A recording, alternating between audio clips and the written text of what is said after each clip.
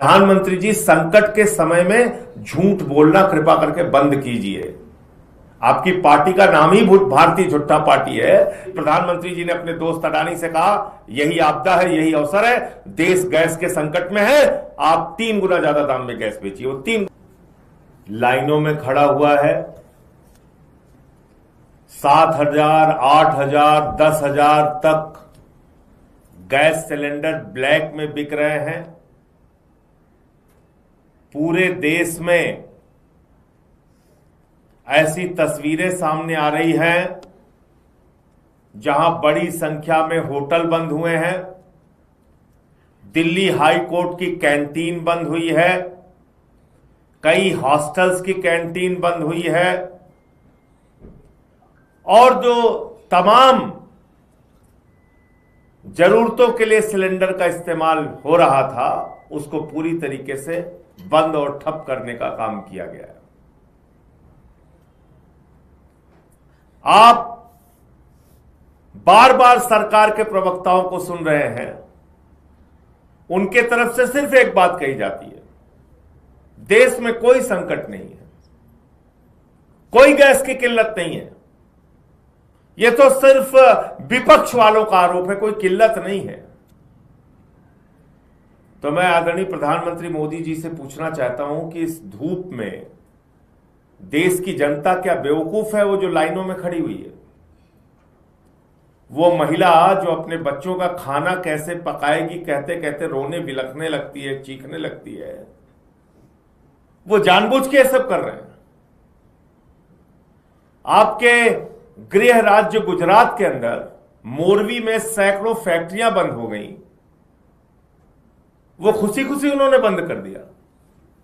जो मुंबई में, चेन्नई में, मैंगलोर में जो होटल्स कोलकाता में बंद हुए, वो अपने आप उन्होंने ताला लगा दिया खुशी खुशी।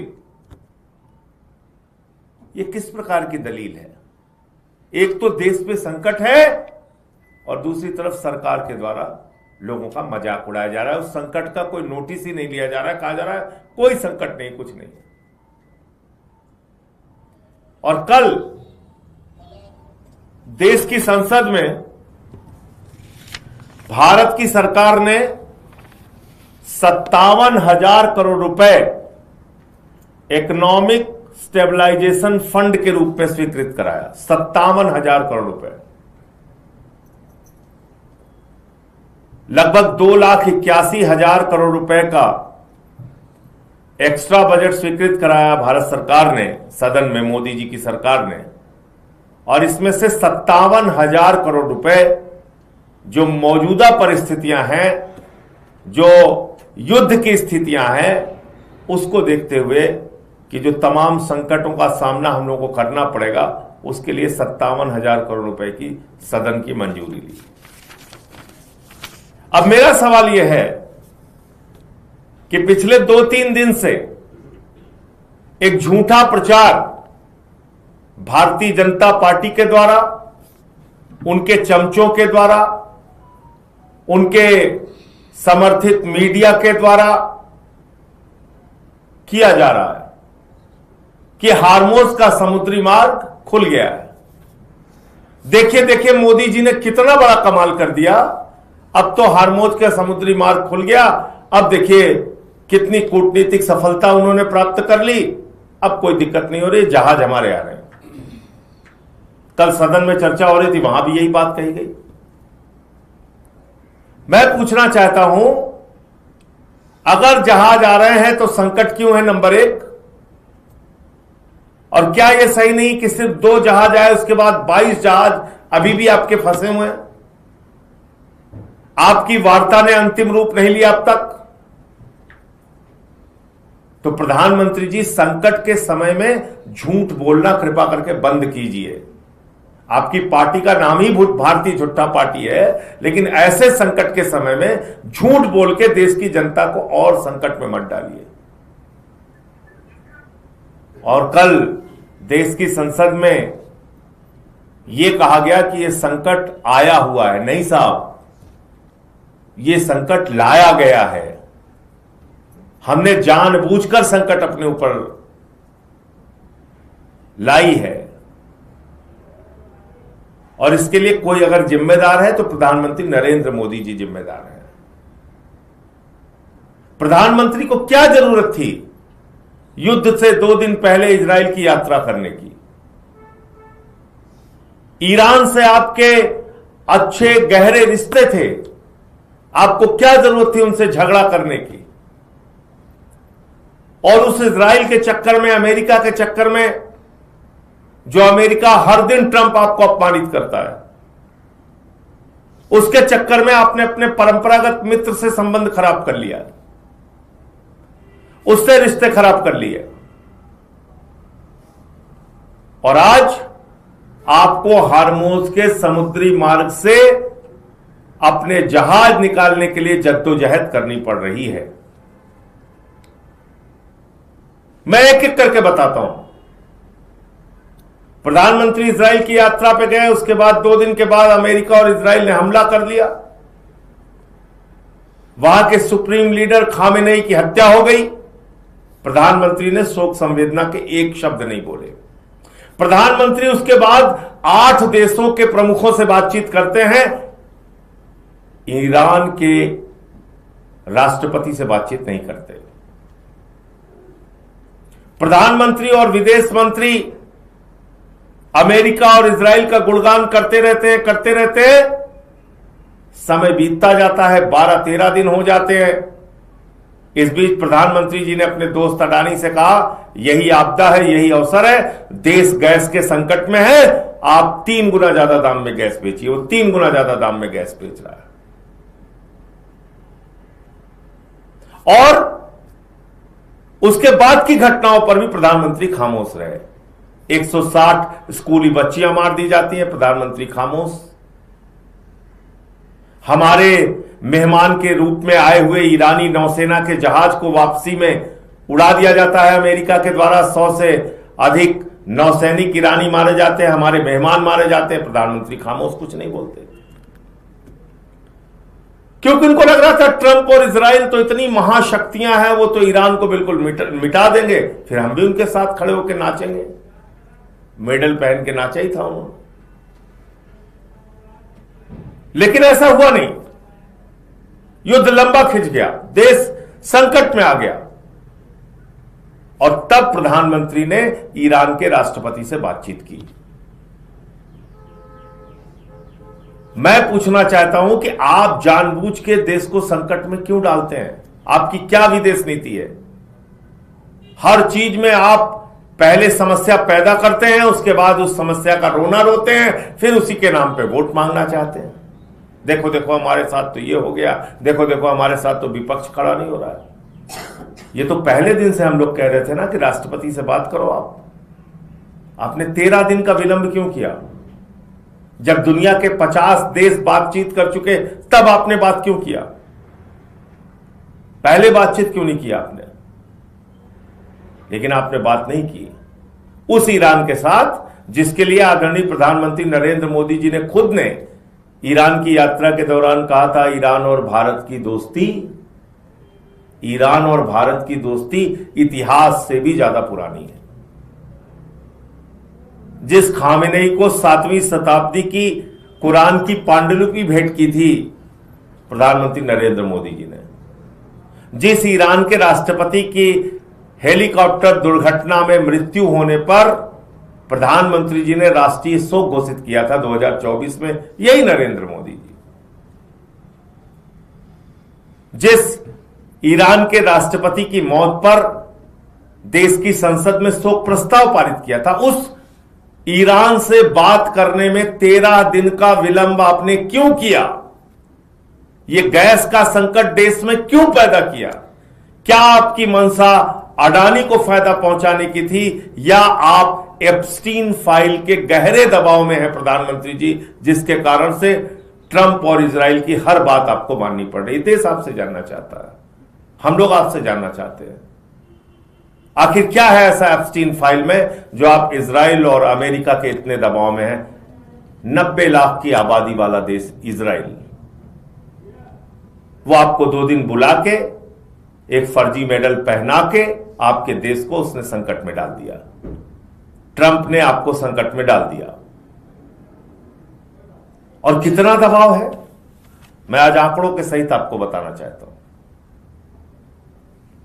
जो तेल और गैस हम ईरान से खरीदते थे 2019 तक, याद रखिएगा 2019 तक हम ईरान से अपने जरूरत का तेल खरीदते थे और ईरान हमको रुपए में तेल देता था और गैस खरीदते थे। तो जो हमारे आसपास के देश हैं, उन देशों से भारत तेल और गैस खरीदता था, तो ईरान से जो तेल गैस खरीदता था 2019 तक, उसके ट्रांसपोर्टेशन का जो खर्चा था, जहाज के आने का जो खर्च था, अमेरिका से तेल और गैस का जहाज आने में 8 गुना ज्यादा खर्च होता है।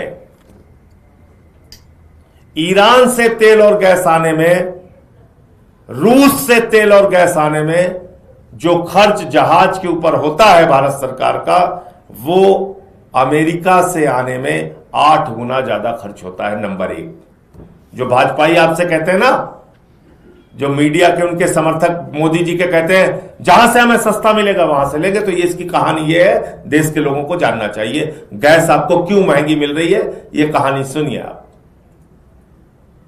तो खाड़ी देशों से जो आप तेल और गैस खरीदते हैं, उसकी तुलना में जब आप अमेरिका से खरीदते हैं तो 8 गुना ज्यादा उसका भाड़ा पड़ता है, महंगा 8 गुना ज्यादा। नंबर 1। अब समय पे आ जाइए। ईरान से भारत का जो जहाज आता है उसको लगता है 4 से 7 दिन, रूस से लगता है 18 दिन, अमेरिका से लगता है 30 से 40 दिन। अब आप कल्पना कीजिए, एक जहाज को आने में 4 से 7 दिन लगता है ईरान से, एक को अमेरिका से आने में 30 से 40 दिन लगता है, और वेनेजुला से आने में 40 से 50 दिन लगता है। और इनकी दूरी कितनी है, जो आपको और सरल भाषा में मैं समझा दूं तो समझ में आ जाएगा। भारत से ईरान की दूरी है 2,500 से 3,000 किलोमीटर, रूस की दूरी है 4,300 से 4,300 से 4,800 किलोमीटर, अमेरिका की दूरी है 12,000 से 12,500 किलोमीटर, और वेनेजुला की दूरी है 14,500 से 15,000 किलोमीटर। तो दूरी भी देखिए कितनी ज्यादा है। ईरान से जब आप गैस खरीदते थे, तेल खरीदते थे, तो ईरान आपको 60 दिन की उधारी देता था, 60 से 90 दिन की उधारी देता था ईरान। रूस से जब आप तेल खरीदते हैं तो अमेरिका की तुलना में रूस का तेल $13 प्रति बैरल सस्ता पड़ता है।